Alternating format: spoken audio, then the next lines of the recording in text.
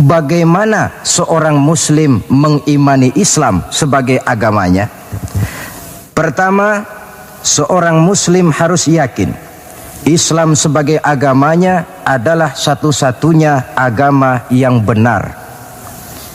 Sikap ini kelihatannya fanatik, tetapi apalagi yang harus dikatakan selain dari bahwa fanatik dalam arti berpegang teguh kepada agama merupakan bagian daripada kehidupan beragama. Sebab hanya dengan fanatik dalam artian itu sajalah orang konsekuen terhadap agamanya sendiri. Dan saya kira merupakan satu sikap yang wajar bahwa setiap penganut suatu agama hanya menganggap dan berkeyakinan agamanya sajalah yang benar. Oleh karena itu, kita bukan tidak setuju dengan ungkapan semua agama benar, bukan tidak setuju dengan ungkapan semua agama baik. Bagi kita kalimat itu belum merupakan kalimat yang sempurna. Semua agama benar bagi penganutnya masing-masing. Semua agama baik bagi penganutnya masing-masing.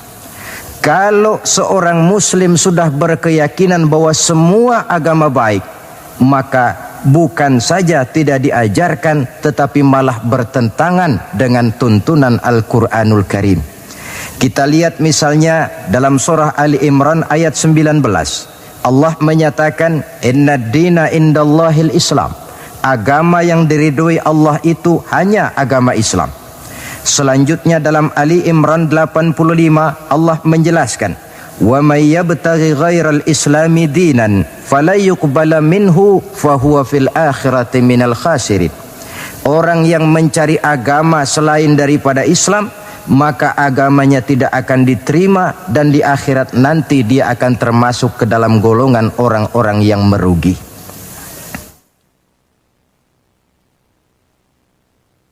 Perkara bahwa kita menghormati orang lain agama itu tentu, apalagi sebagai bangsa yang sedang melaksanakan pembangunan, kita perlu menjaga kesatuan dan persatuan kita sebagai bangsa. Tetapi menghormati orang tidak identik dengan menghormati agamanya. Satu hari, saudara-saudara, ketika Rasulullah sallallahu alaihi wasallam sedang berkumpul dengan para sahabat, lewatlah serombongan orang mengusung jenazah. Rasul berdiri, sahabat ikut berdiri. Ketika jenazah sudah lewat, seorang sahabat memberitahu, "Ya Rasul, yang tadi diusung orang itu jenazah Yahudi. Kenapa Tuhan berdiri memberikan hormat sampai kita juga ikut berdiri?" Jenazah Yahudi, kata Rasul. Iya. Orang bukan itu. Ya orang kalau orang sih. Nah, kalau kau lihat orang diusung macam itu berdiri, sudah mati sekalipun masih diberikan penghormatan. Tetapi itu manusianya. Perkara agama kita dibatasi oleh ayat lakum dinukum waliyadin. Bagi Tuhan agama Tuhan, bagi kami agama kami. Tuhan silahkan melaksanakan agama Tuhan, kami akan melaksanakan agama kami. Kami hormati Tuhan, Tuhan juga hormat kepada kami. Persilahkan melaksanakan ajaran agama tanpa perlu menyampaikan agama kepada orang yang sudah beragama. Inilah sikap yang perlu ditegakkan agar kita jangan ngambang di dalam kehidupan beragama dengan memandang semua agama sama saja, semua agama benar, yang pada akhirnya kita tidak akan punya prinsip di dalam memegang teguh ajaran agama kita. Yang kedua, dalam rangka mengimani Islam, seorang muslim harus yakin dan berpandangan bahwa Islam sebagai agamanya adalah agama untuk seluruh manusia. Kalau Nabi Nuh diutus oleh Allah cuma untuk kaumnya saja, Nabi Ibrahim pun untuk umatnya saja, Nabi Musa demikian pula, Nabi Isa pun begitu. Tetapi Nabi Muhammad sallallahu alaihi wasallam diutus oleh Allah Subhanahu wa taala untuk seluruh umat manusia. Kita baca dalam surah Al-Anbiya ayat 107, Allah Subhanahu wa taala menyatakan, "Wa ma arsalnaka illa rahmatan lil alamin." Kami tidak mengutus engkau wahai Muhammad melainkan untuk menjadi rahmah bagi seluruh alam. Dewasa ini saudara-saudara, kita melihat timbulnya gejala di mana orang menganggap seolah-olah agama itu barang impor. Islam katanya kiriman Arab. Buktinya Quran bahasa Arab, hadis bahasa Arab, sholat menggunakan bahasa Arab. Nah, akibat timbulnya pemikiran semacam ini, mulai nampak gejala orang menghindarkan diri daripada Islam. Sebenarnya bahwa Arab sebagian besar memang Islam, itu harus kita akui. Tetapi bahwa Islam bukannya Arab, itu pun juga merupakan kenyataan. Perkara kemudian Quran menggunakan bahasa Arab tidak lain karena Rasulullah Sallallahu Alaihi Wasallam diutus oleh Allah di tengah masyarakat Arab ketika itu. Tapi ini tidak berarti bahwa Quran cuma untuk orang Arab saja. Bisa kita lihat dari bukti-bukti yang ada dalam Quran itu sendiri. Pertama, tidak ada satu ayat Quran pun yang ditujukan khusus kepada orang Arab semata-mata. Misalnya, ya ayyuhal arabiyyun, hai orang-orang Arab, tidak ada. Yang banyak kita temukan itu, ya ayyuhan nas, wahai manusia. Digunakan kata yang bersifat umum. Manusia yang mana? Yang mana saja asal merasa manusia. Kalau tidak merasa manusia, tentu tidak perlu terpanggil dengan ayat ini. Lalu sholat menggunakan bahasa Arab. Tentu Islam telah mengikat kita dengan akidah. Sama Allah yang kita sembah, sama arah yang kita tuju dalam menyembah, sama bacaan yang kita baca, sama bahasa yang kita gunakan. Dari persamaan-persamaan semacam itu timbul ilaqah ruhiyah, mekanisme psikis yang pada gilirannya mengikat nilai-nilai persaudaraan yang lebih erat lagi. Cobalah kalau misalnya sholat saja dibiarkan tiap orang menggunakan bahasanya sendiri-sendiri, itu di samping akan menimbulkan berbagai kesulitan, kontak batin tidak akan cepat terwujud. Taruhlah misalnya yang jadi imam menggunakan bahasa Indonesia. Dia takbir dalam bahasa Indonesia, bukan dengan Allahu Akbar. Barangkali dia akan baca Tuhan yang Maha Besar. Datang lagi yang jadi makmum dari Padang, lain lagi gaya bahasanya, bukan Allahu Akbar, dia akan baca Allah nan gadang. Datang pula kemudian saudara kita dari Jawa Barat, takbir lagi dia dengan bahasanya Gusti Allah anu ageng.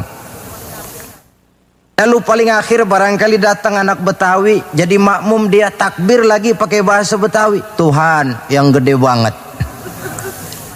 Kalau cara sholat saja sudah semacam ini, mekanisme psikis itu kan tidak akan cepat terwujud. Jadi bahwa Arab memang Islam, tapi Islam bukannya Arab. Sama dengan logika bahwa monyet itu adalah binatang, tetapi binatang bukan monyet. Monyet cuma salah satu jenis dari sekian ratus jenis binatang yang ada di alam ini. Sebab itu mengikuti Islam tidak berarti mengikuti Arab, tetapi mengikuti kebenaran yang diturunkan oleh Allah Subhanahu wa ta'ala. Maka seorang muslim harus yakin Islam adalah agama untuk seluruh manusia. Yang ketiga, dalam rangkaian mengimani Islam, seorang muslim harus yakin dan berpandangan Islam sebagai agamanya adalah agama terakhir yang dibawa oleh Rasul terakhir. Tidak ada Rasul sesudah beliau dan tidak ada agama lagi sesudah Islam. Dalam surah Al-Ahzab ayat 40 kita temukan penjelasan dari Allah Subhanahu wa taala, "Ma kana Muhammadun aba ahadim min rijalikum walakin Rasulullah wa khataman nabiyyin." Muhammad itu bukan bapak dari salah seorang kamu. Ia adalah utusan Allah dan penutup para nabi. Sebagai konsekuensi daripada ini ialah bahwa jikalau di zaman sekarang ini ada orang mengaku menjadi nabi, ada orang mengaku menjadi rasul, biar serbannya besar, biar jubahnya hebat, biar jenggotnya nyengser sampai ke bawah, biar bahasa Arabnya fasih, mengaku dia menjadi rasul, kita wajib untuk tidak percaya. Sekali lagi, kita wajib untuk tidak percaya. Ini sebagai konsekuensi bahwa kita yakin Islam agama terakhir. Yang keempat, dalam rangka mengimani Islam, seorang muslim harus yakin Islam sebagai agamanya adalah batas kemungkinan. Apakah seseorang bisa mendapat ampunan Allah atau tidak? Dengan kata lain, Islam adalah batas antara sorga dan neraka. Ada orang yang tidak terlalu simpati kalau kita memvonis masalah agama dengan sorga dan neraka. Tetapi sebenarnya memang itulah hakikat daripada kehidupan beragama. Itulah terminal akhir. Agama itu masalah halal dan haram, masalah benar dan salah, masalah hak dan batil, dan pada penghujungnya masalah sorga dan neraka. Dalam Islam artinya dalam tauhid. Dalam tauhid artinya dalam daerah kemungkinan memperoleh ampunan. Di luar Islam, di luar tauhid. Di luar tauhid, syirik. Sedangkan syirik merupakan dosa yang tidak berampun. Kita baca dalam surah An-Nisa ayat 48 yang diperkuat pada surah yang sama ayat 116. Allah menjelaskan, "Innallaha la yaghfiru ayyushraka bihi syai'a wa yaghfiru ma duna dzalika liman yasha." Allah tidak akan memberikan ampun kepada orang yang menyekutukannya dengan sesuatu, tapi Allah akan mengampunkan dosa yang selain itu bagi orang yang dikehendakinya. Jadi yang namanya dosa, sepanjang tidak syirik, sepanjang orang tidak menyekutukan Allah, bagaimanapun besarnya dosa, masih dalam batas-batas kemungkinan memperoleh ampunan Allah. Kalau sudah di luar tauhid, jatuh kepada syirik, sudah di luar jangkauan kemungkinan untuk mendapatkan ampunan dari Allah Subhanahu wa ta'ala. Saudara-saudara seiman dan sekeyakinan,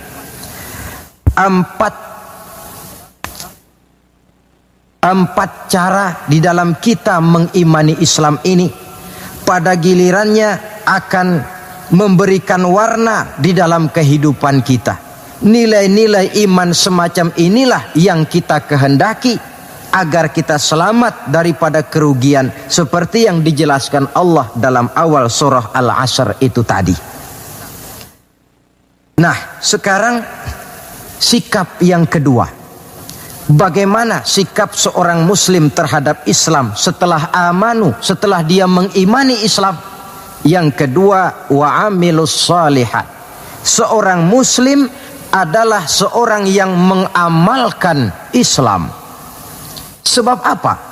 Kita tentu maklum, iman konsepsi ideologis yang bersifat abstrak, sedangkan amal refleksi yang ditimbulkan oleh nilai-nilai iman itu.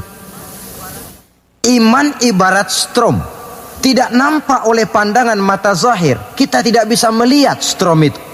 Yang bisa kita lihat gejala yang ditimbulkan oleh strom, baik dalam bentuk terang misalnya, suara, gema, gerak, dan sebagainya. Iman tentu saja tidak kelihatan, tapi bisa dinilai dari amal yang dikerjakan oleh orang. Artinya kalau ada iman tentu dia beramal. Iman mendorong manusia untuk beramal. Itulah sebabnya dalam banyak ayat-ayat Al-Quran kata-kata amanu selalu berangkaian dengan wa amilus shalihat. Amanu wa amilus shalihat sebagai pertanda bahwa iman dan amal merupakan hal yang tidak terpisahkan satu sama lain. Nah, untuk bisa hidup mengamalkan Islam tentu harus didahului dengan mengilmui Islam. Sebab bagaimanapun juga mengamalkan Islam tanpa didasari oleh mengilmui Islam, maka besar kemungkinan amaliyah kita akan sia-sia adanya. Yang akan rugi tentu kita sendiri. Oleh sebab itu, setelah mengimani Islam, kita berkewajiban mengamalkan Islam dengan didahului oleh pengetahuan tentang Islam. Jangan sampai seperti yang nampak banyak sekarang ini, di mana orang memandang Islam itu seperti orang buta mengenal gajah.